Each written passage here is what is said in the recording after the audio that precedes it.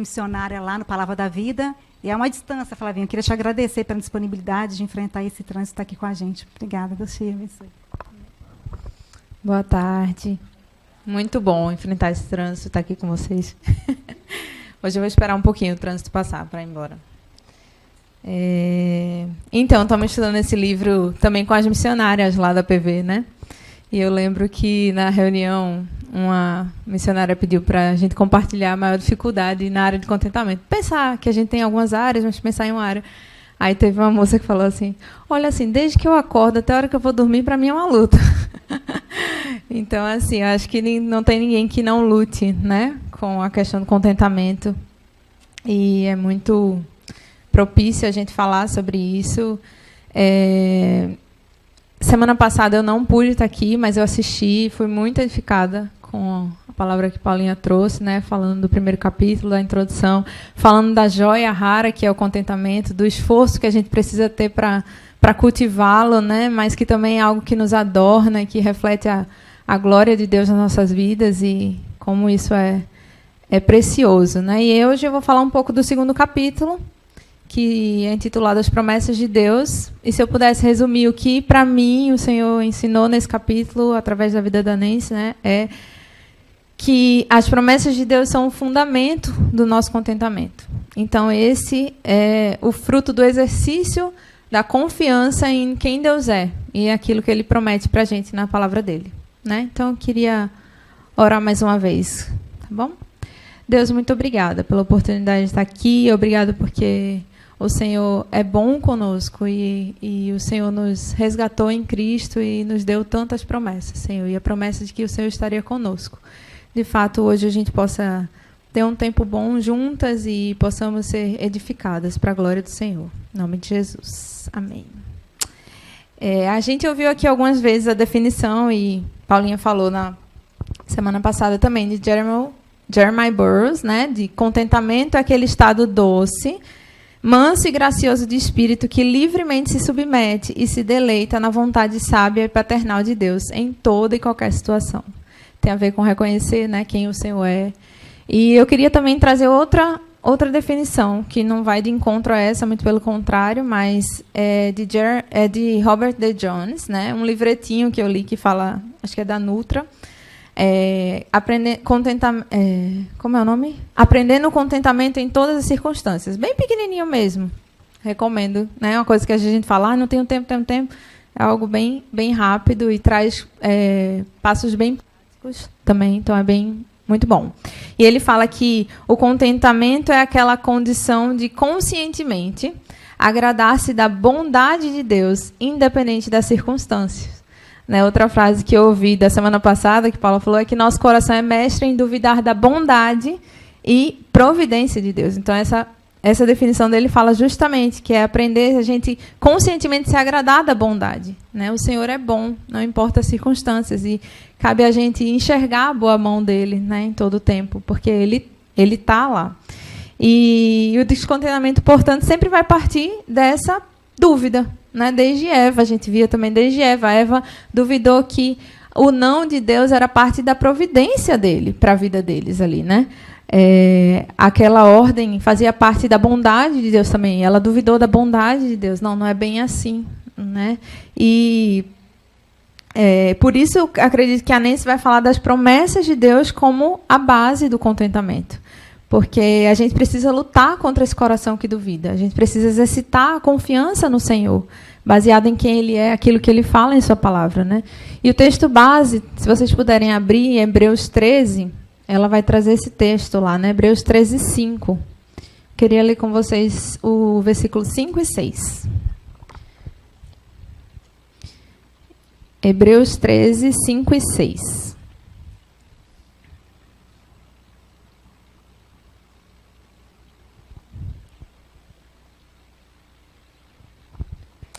Bom, Hebreus 13, 5 e 6 diz assim: seja a vossa vida sem avareza, contentai-vos com as coisas que tendes, porque ele tem dito, de maneira alguma te deixarei, nunca jamais te abandonarei. Assim, afirmemos confiadamente, o Senhor é o meu auxílio, não temerei que poderá fazer o homem.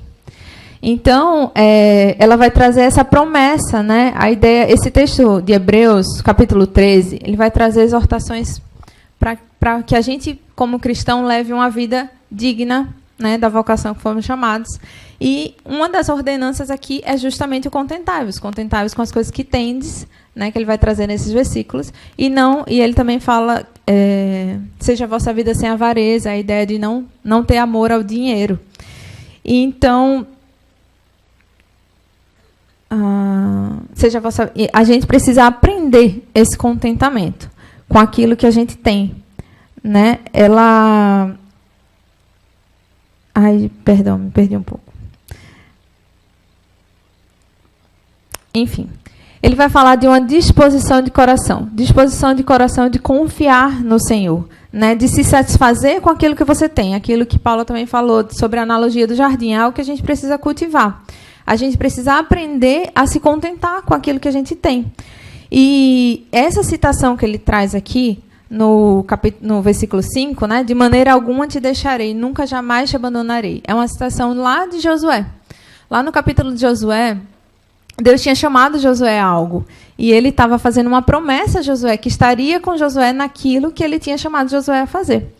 Ele tinha chamado Josué a algo, na verdade, bem grande, né? Até então, Moisés direcionava o povo, e Josué agora era o incumbido de suceder Moisés, de conquistar a terra prometida junto com o povo. E ali o Senhor faz essa promessa a Josué, né? E ele diz assim, de maneira nenhuma te deixarei. E é essa promessa que o autor de Deus vai citar aqui. A gente pode ler lá também, Josué, se você puder abrir, Josué 1, porque uma coisa que a Nancy fala, essa promessa ela era condicional. Ou seja, também exigia algo do povo, né? Josué 1, eu vou ler do 5 ao 9. No 5 vai estar a promessa que a gente leu lá citada em Hebreus, e do 5 ao 9 eu queria ler com vocês. Ninguém te poderá resistir todos os dias da tua vida. Isso é Deus falando com Josué, né? Como fui com Moisés, assim serei contigo. Não te deixarei, nem te desampararei. Sê forte e corajoso, porque tu farás esse povo herdar a terra que, sob juramento, prometida a teus pais. Tão somente ser forte e muito corajoso, para teres o cuidado de fazer segundo a tua lei, toda a lei que o meu servo Moisés te ordenou. Dela não te desvies nem para a direita, nem para a esquerda, para que sejas bem-sucedido por onde quer que andares. Não cesses de falar deste livro da lei, antes medita nele dia e noite, para que tenhas cuidado de fazer segundo tudo quanto nele está escrito.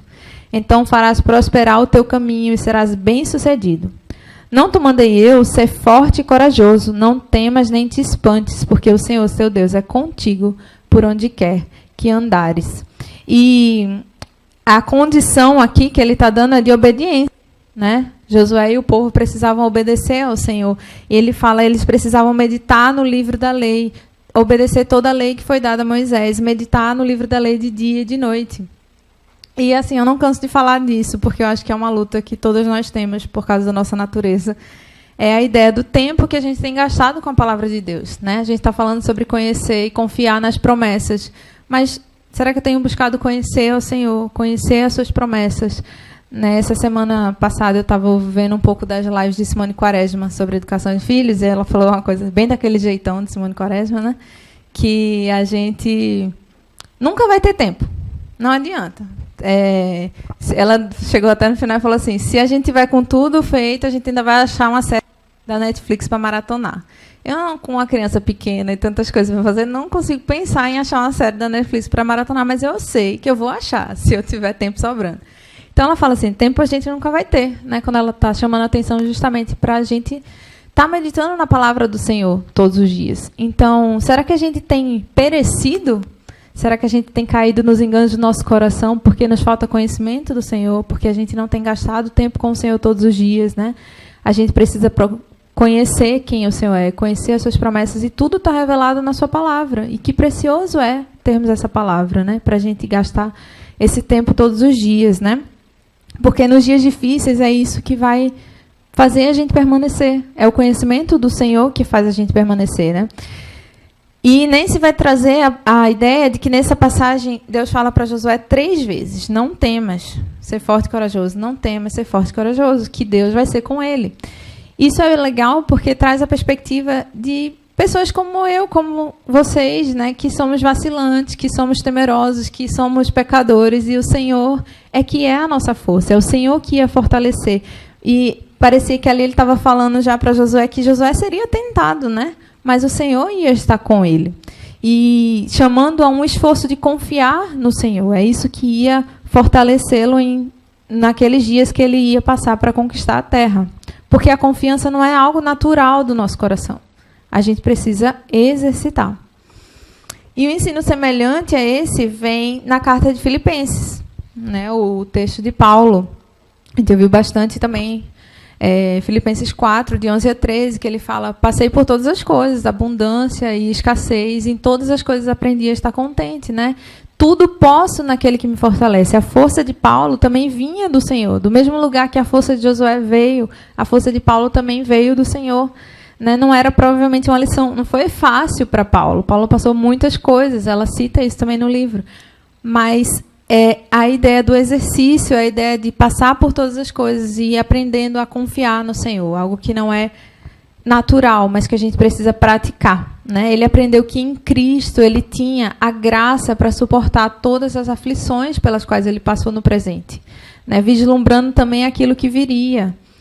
E quanto mais eu vivo essa vida debaixo do sol e conheço pessoas que conhecem ao Senhor, pessoas que não conhecem ao Senhor, e todas passam por sofrimento, todas passam por momentos. O dia mau, como o Pri falou hoje, sempre vai chegar. E eu vejo a diferença de que o conhecimento do Senhor faz, de que, de fato, a presença do Senhor nas nossas vidas, ela faz muita diferença em passar por todas as coisas. Né? A promessa da presença constante de Deus nos impede de andar nossas vidas sozinhos. Ela possibilita a gente a viver contente, porque o crente verdadeiro vai ter a presença do Senhor aqui nessa vida, na morte, para sempre. Né? É uma maravilhosa promessa. E, como Nancy vai colocar, a gente pode se lembrar em cada necessidade, em cada circunstância, dessa presença constante do Senhor em nossas vidas, né? Ele nos conduz em tudo, até nas nossas dificuldades, como a gente já viu semana passada. E nesse livreto que eu falei para vocês, do Robert D. Jones, ele fala Aprendendo Contentamento em Todas as Circunstâncias, o nome. Ele fala sobre 3 passos práticos para você desenvolver o contentamento, né? Traz a perspectiva do esforço, que é algo a se desenvolver, não é natural. E o primeiro deles qual é? Exatamente crescer no conhecimento de Deus e das suas promessas.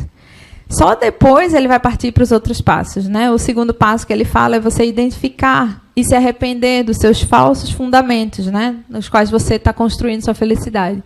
Aquela velha pergunta que você faz: eu preciso de para ser feliz. Aquilo que completa esse vácuo aqui provavelmente é um ídolo funcional no seu coração. Algo que está tomando o lugar do amor ao Senhor e que você precisa destroná-lo, né? Entender que aquilo não é de fato algo que você precisa disso para ser feliz. Aquilo tem desviado o seu coração, né, do amor ao Senhor, tem levado você ao descontentamento. Então, a primeira coisa é crescer no conhecimento das promessas, identificar e se arrepender, e depois ele fala de progressivamente aplicar as verdades de Deus. Por isso você precisa conhecê-las, para que você possa aplicá-las. Fala de oração, de pensar em coisas piedosas, né, como Filipenses 4 vai dizer, 4:8, pensar o que é verdadeiro, justo, puro, amável, e obedecer. Né? Então, mas tudo parte de conhecer quem o Senhor é, conhecer as promessas dele. Esse é o primeiro passo que ele fala. E é isso, né? A gente precisa gastar tempo com o Senhor, conhecer mais o Senhor e aprender a exercitar em todo o tempo a confiança em quem Ele é e tudo que Ele falou para nós. E essa promessa de que Ele estará conosco, dita lá em Hebreus, né? Citada o texto de Josué, dá essa esperança para a gente. A gente pode falar para as nossas almas isso, né? E aprender esse contentamento, a desfrutar do Senhor. A autora também vai falar um pouquinho sobre avareza e cobiça. Avareza e cobiça é justamente o pecado oposto ao contentamento. Né? Se trata da gente ceder aos nossos desejos ilícitos, desejando o que não nos pertence, mas sim a outra pessoa. É difícil, né, a gente identificar que a gente é invejosa, que a gente cobiça as coisas. Eu lembro que a primeira vez que eu identifiquei isso em mim, eu fiquei chocada. Eu era bem mais nova, não era casada ainda, e foi na igreja que eu congregava, lá no interior de São Paulo, eu morava lá na época. E assim, não era com ninguém longe, era com uma amiga minha. A gente vivia junto, eu gostava dela, eu amava a minha amiga, a gente fazia várias coisas na igreja junto e tudo, e eu me peguei invejando o que ela tinha, invejando a aparência dela, invejando tantas coisas, né? Então, é difícil a gente reconhecer isso. Mas a gente pode pensar, o que tem movido meu coração muitas vezes em buscar coisas, em comprar coisas. Não é um problema ter as coisas, gente. Não é um problema conquistar nada. O problema é a gente fazer de algo lícito, de um desejo bom, algo, colocar ele no lugar que ele não deveria estar, né? E a passar a cobiçar o que os outros têm. A cobiça, ela é pecado. Êxodo 20, 17 vai dizer, não cobiçarás, quando ele está dando, é o 10º mandamento, é uma transgressão do 10º mandamento. O 10º mandamento diz, não cobiçarás a casa do teu próximo, não cobiçarás a mulher do teu próximo, nem o seu servo, nem a sua serva, nem o seu boi, nem o seu jumento, nem coisa alguma que pertence ao seu próximo. Então, a gente precisa reconhecer que é pecado, né? Se arrepender, buscar no Senhor, estar contente com as coisas que Ele tem nos dado. Outra vez eu ouvi uma frase bem interessante que dizia assim, eu tenho aprendido a ter menos gosto e gostar mais daquilo que Deus me dá. E eu gostei bastante dessa frase. E é isso, né? A gente aprender a ter menos gosto. Muitas vezes a gente pode fazer aquela pergunta, será que eu tenho trocado eu quero por eu desejo, né? Por eu preciso? A gente vê isso de forma bem nítida nas crianças. E acho que com o tempo a gente vai aprendendo a dissimular, na verdade, né? Então a gente é mais sutil, mas as crianças não são muito sutis. E para quem não sabe, eu tenho um filho que vai fazer 5 anos agora em julho. E ele fala, mamãe, eu preciso disso. Mamãe, eu preciso. Nunca me esqueço do menininho. Papai, eu preciso de um açaí. Então, assim, não são coisas que eles precisam, mas eles não sabem disfarçar. E ele fala, mamãe, eu preciso de brinquedo. Eu tenho tentado ensinar o Pedro que ele não precisa. Eu falo para ele.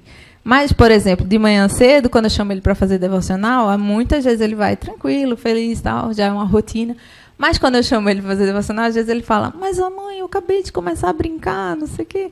Então, assim, ele não quer fazer. E eu tento mostrar para ele, mas, filho, disso você precisa. Você precisa do Senhor. A gente precisa do Senhor para viver os nossos dias. E você precisa, e quando ele fala que precisa de um brinquedo, eu falo, vamos lá, já ensinei para ele a diferença entre preciso e quero. Aí eu viro para ele e falo, filho, você precisa disso ou você quer isso? Aí ele vira para mim, eu quero, mamãe. Eu, tá bom, então, tudo bem, pode ter, ou não pode ter.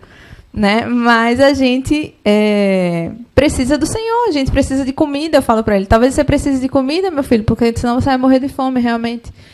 Ou precisa de precisa beber água, porque senão você morre de sede. Não como ontem, né, no almoço. Ontem ele falava assim, mamãe, eu vou morrer de fome. Eu, não, filho, você não vai morrer. Você só vai morrer se você passar muito tempo sem comida. Mas é disso que a gente precisa. E a Bíblia fala, né, um texto muito usado no contentamento também, é o texto de 1 Timóteo 6, do 6 ao 8, que diz, de fato, grande fonte de lucro é a piedade com o contentamento. Porque nada temos trazido para o mundo, nem coisa alguma podemos levar dele. Tendo sustento e com que nos vestir, estejamos contentes. Esse texto fala muito comigo em muitas situações. Né? Eu ver que, de fato, o Senhor é bondoso e nos dá tantas coisas. E nesse livretinho ele falava também, o Senhor já me livrou do inferno. Qualquer coisa mais é bênção, é graça de Deus. Né? Quando ele pensa, eu merecia isso e o Senhor me livrou disso. Mas assim, uma coisa que veio na minha cabeça quando eu pensei, mas por que a promessa de Deus é a base? A promessa de que Ele estará conosco pode me fazer estar contente, né? Porque o Senhor é fiel. Porque Ele cumpre suas promessas. Não é uma promessa jogada ao léu, não é algo que não vai ser cumprido, mas Ele cumpre suas promessas. Em todas as Escrituras a gente vê que Ele cumpre em muitas passagens. E por que isso? Porque mesmo que eu não enxergue, mesmo que esteja muito difícil, que o nevoeiro esteja muito grande, eu posso confiar que o Senhor é fiel. Eu posso confiar nesse caráter da fidelidade, caráter fiel do Senhor. E eu poderia falar de várias passagens, mas eu escolhi uma só, capítulo 23 de Josué. Por que a gente está falando de Josué? Então, eu queria falar desse capítulo 23, versículo 14. O povo já conquistou a terra, o povo está gozando de paz, está tudo bem, Josué já está velho. E ele chama o povo. Ele chama o povo e ele exorta o povo a obedecer ao Senhor. E no versículo 14, ele fala assim: eis que já hoje sigo pelos caminhos de todos os da terra. Está falando que a sua morte se aproxima, né? E ele fala: e vós bem sabeis que de todo o vosso coração e de toda a vossa alma, que nenhuma só promessa caiu de todas as boas palavras que ele falou de vós, o Senhor vosso Deus. Todas as promessas vos sobrevieram, nenhuma delas falhou. Ele é enfático, ele repete algumas vezes: nenhuma falhou, nenhuma caiu. Todas as promessas, o Senhor, ele é fiel em cumprir suas promessas. Então, mesmo que às vezes seja difícil para a gente ver, a gente precisa exercitar a nossa confiança, né? E aprender a enxergar a boa mão do Senhor em todo o tempo, a presença do Senhor em todo o tempo. Né? O mesmo Deus que estava com Josué, o mesmo Deus de antes, é o mesmo Deus hoje, é o mesmo Deus que nos alcançou, né? É o Deus que também nos fez povo, né? Então, como eu falei, essa citação em Hebreus mostra para a gente que a promessa também pode falar às nossas almas. Essas palavras podem acalmar e tranquilizar a nossa alma, no sentido de descansar e confiar no Senhor, né? Nem se vai lembrar para a gente que o contentamento ele requer coragem e força, e que a gente pode alcançá-lo porque o próprio Cristo vai nos suprir dessa força necessária porque a gente precisa, né?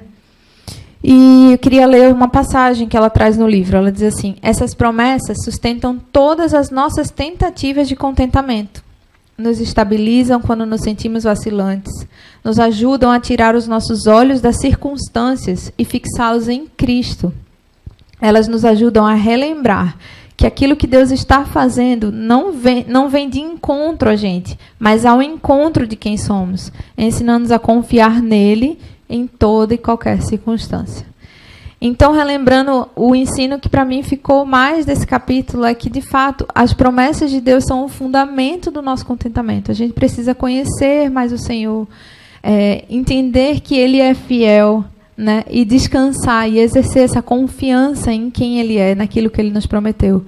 Mesmo em situações mais difíceis de enxergar, né, quando o dia mal vier, ou até mesmo em dias bons, que a gente aprenda a enxergar o Senhor todo o tempo. É também reconhecer que todas as coisas boas em dias bons também vêm do Senhor, e acho que esse exercício ajuda também nos dias mais difíceis, né? O Senhor nos fez filhos em Cristo, nós somos seu povo, desfrutamos dessas grandes e preciosas promessas, né? E eu fiquei pensando assim em aplicações para isso na nossa vida, né? Em coisas práticas que a gente poderia fazer para desenvolver essa confiança. Visto que, para mim, o ensino que mais ficou foi a ideia de que a promessa é a base do contentamento e que a gente precisa exercitar essa confiança em quem Deus é e nas suas promessas. De que formas práticas eu posso fazer isso na vida? De que formas práticas nós podemos fazer? E eu pensei em 5 coisas. A primeira é ore. Às vezes a gente precisa dizer o óbvio, né? O óbvio precisa ser dito. Alguém disse isso para mim uma vez. E peça ajuda ao Senhor. Comece todos os seus dias orando e pedindo ajuda. E é uma oração que vai... que é uma oração que está dentro da vontade de Deus. Então, certamente Ele responderá, né, favoravelmente. Então, peça ajuda, porque não são pelas nossas forças, mas pelas forças deles. Então, peça ajuda para confiar na promessa dele. Peça ajuda para confiar em que Ele é, né? O Salmo 23:6 eu gosto muito, porque ele diz que bondade e misericórdia me seguirão todos os dias da minha vida. Esse é o nosso bom pastor. Peça ajuda para enxergar a bondade e a misericórdia dele naquele dia, independente de como seja o dia, porque ele prometeu que elas nos seguem todos os dias, né? Então, ore. A segunda coisa, medite. Gaste tempo com o Senhor, com a sua palavra, né? Entenda a sua necessidade dele. O que eu falo para o Pedro, filho, disso você precisa, né? Uma coisa que é difícil às vezes a gente entender a necessidade, mas nós precisamos do Senhor. Não negligencie o seu tempo com a palavra, né? Procure conhecê-lo mais.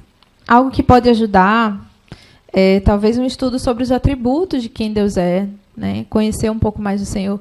Você não precisa, você pode, pega um capítulo de uma teologia sistemática, se você tiver acesso fácil, e vai ler, né, algumas questões, mas aquele texto que você leu na sua devocional de hoje, você pode tentar identificar ali traços do caráter de Deus, anotar num papelzinho, ou, eventualmente, se houver alguma promessa ali naquele trecho, você pode anotar, colocar num lugar visível, um post-it, ou um lugar que você sempre está olhando, né, para que você possa recorrer àquilo. Então, ore, medite, né, e a terceira coisa, memorize. E eu queria propor o texto de Hebreus 13:5. Acho que é um bom texto que vai lembrar a gente da promessa da presença constante do Senhor. Então, memorize Hebreus 13:5, né, para trazê-lo à mente toda vez que seu coração enganoso quiser te convencer de que Deus não é bom, que Deus não tem provido na sua vida. Você pode trazer à tona quem o Senhor é, a promessa que Ele fez. Sim, o Senhor é bom, né? Colocar ali o que é verdadeiro na sua mente. Terceira coisa é essa, memorizar. A quarta coisa, faça uma lista de gratidão. Isso ajuda muito, eu falo sempre com algumas meninas. Mas não faça aqui na sua cabeça, não. Pega um papelzinho e escreve. Talvez deixe também num lugar bonito, visível, que você possa estar sempre olhando, ou, de repente, dentro da sua Bíblia, aquele tempo de manhã que você vai gastar de devocional, leia aquela listinha de gratidão. Coloque novos motivos, porque eu acredito que você vai lembrando de novas coisas, você pode ir acrescentando àquela lista, né? Tire um dia para orar só agradecendo por aquilo, ou agradeça todos os dias pelas coisas que você já colocou lá. É uma boa ferramenta também para que a gente possa virar e, como o salmista falou, grandes coisas fez o Senhor por nós, por isso estamos alegres. Aprender a nos alegrarmos com todas as coisas que o Senhor tem feito por nós, né? Nós somos igual o povo de Israel, esquecemos rapidamente da bondade do Senhor e da grande mão do Senhor. Então, é uma ferramenta útil. Então, ore, medite, memorize Hebreus 13:5, faça a lista de gratidão e, por último, confesse seus pecados, né? Confesse seus pecados a Deus. Também busque uma irmã para que você possa caminhar junto, para quem você possa falar, confessar, para que ela possa te ajudar, te exortar, te lembrando de quem o Senhor é, das verdades da palavra, né? Sempre que você estiver enveredando pelos caminhos do descontentamento, os caminhos da cobiça, que ela também possa ser instrumento de Deus para te lembrar nisso, né? Mas é importante nós confessarmos nosso pecado também. E nunca esqueça de depender da graça de Deus, né, revelada em Jesus. Nunca esqueça que não é pelas nossas forças, mas o Senhor Jesus, Ele nos salvou e Ele garante também, como promessa, nos dá todas as coisas nele que são necessárias para a vida e para a piedade. Então, nós podemos viver de maneira que glorifica a Deus, contente em toda e qualquer situação, aprendendo, né, como a gente viu que o apóstolo Paulo aprendeu, a se fortalecer no Senhor e passar por todas as coisas naquele que o fortalece, glorificando e se contentando com o Senhor. E aí fica algumas questões práticas que possam nos ajudar, mas que a gente sempre descanse na graça. Vamos orar mais uma vez? Deus, muito obrigada, Senhor, pela Tua grande promessa. Obrigada porque sabemos que a vida aqui é passageira, porque temos a esperança de estar com o Senhor, onde não há mais choro nem dor, Senhor. Obrigada por tão grande esperança. Obrigada porque, mesmo na vida aqui, nós contamos com a Tua presença, Senhor. Que precioso é contar com a Tua presença. Saber que o Deus que criou todas as coisas, que sustenta todas as coisas, está conosco todos os dias, Senhor. Sabemos que o Senhor é bondoso e é misericordioso todos os dias com nossas vidas, Senhor. Muito obrigada por isso. Obrigada por tão grandes e preciosas promessas, Senhor. Que a gente possa se esforçar, que a gente possa se esforçar descansando no Senhor também, Deus, sabendo que o Senhor que produz em nós, Senhor, os frutos e que a gente possa caminhar, Deus, nessa trilha do contentamento, Deus, exercitando a confiança no Senhor, exercitando a confiança em quem o Senhor é, exercitando a confiança nas Tuas promessas, Senhor, e aprendendo a enxergar a Tua bondade todos os dias em nossa vida, Deus. Muito obrigada, Deus. Em nome de Jesus que oramos. Amém.